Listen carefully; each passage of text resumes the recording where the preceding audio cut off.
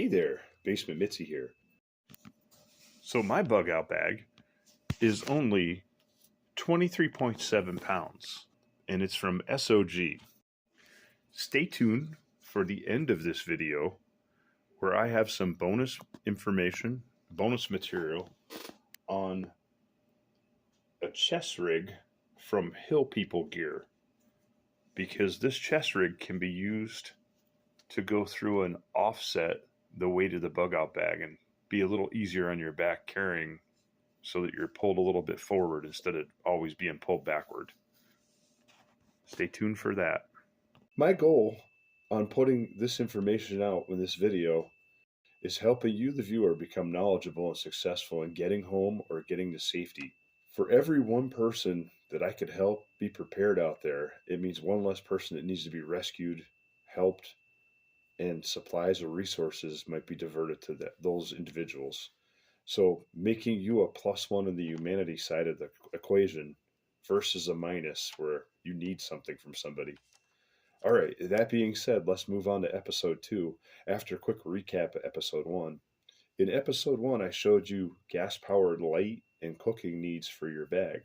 Today, I will show you what you need to sleep out. A poncho, 550 cord makes a hooch or a lean-to or a tent. Emergency bivy, whoopee, and folding mattress or air mat keeps your body heat in your body. Fire kits, matches, tinder kits help you build a fire. Gloves help your hands do the work.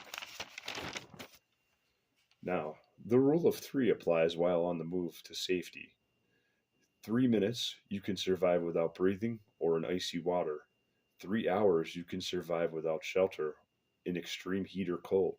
3 days, you can survive without water if you have proper shelter. 3 weeks, you could survive without food if you have proper shelter and water.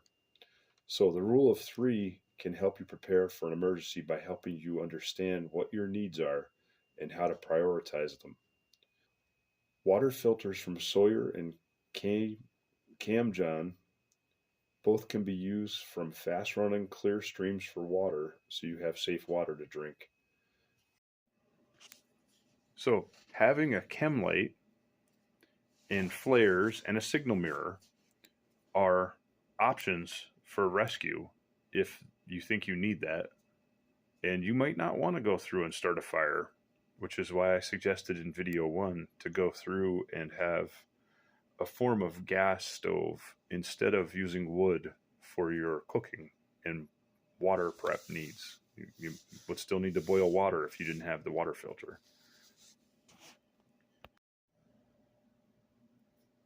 So here's a quick picture of the contents of my bug out bag spread out on a table.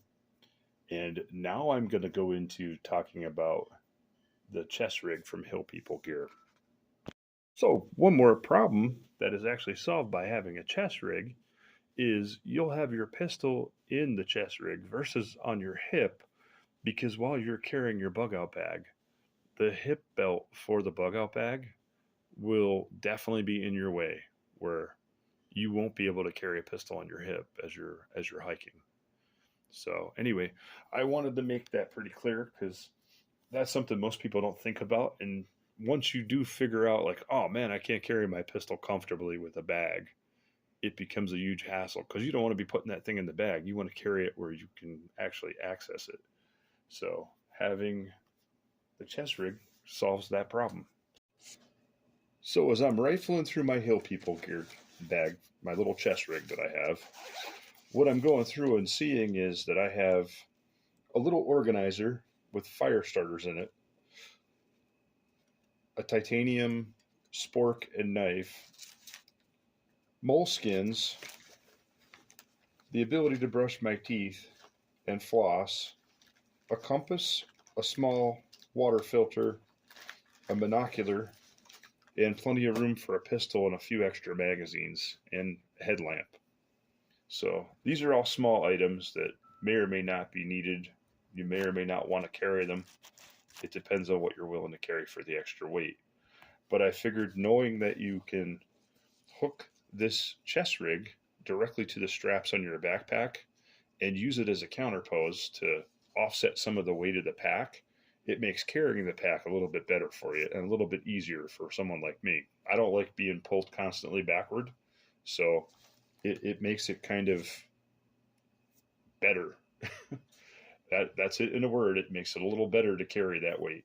I also carry either a VHF ham radio for a 2 meter, 440 centimeter, and I sometimes carry a small shortwave radio with AM/FM and extra batteries.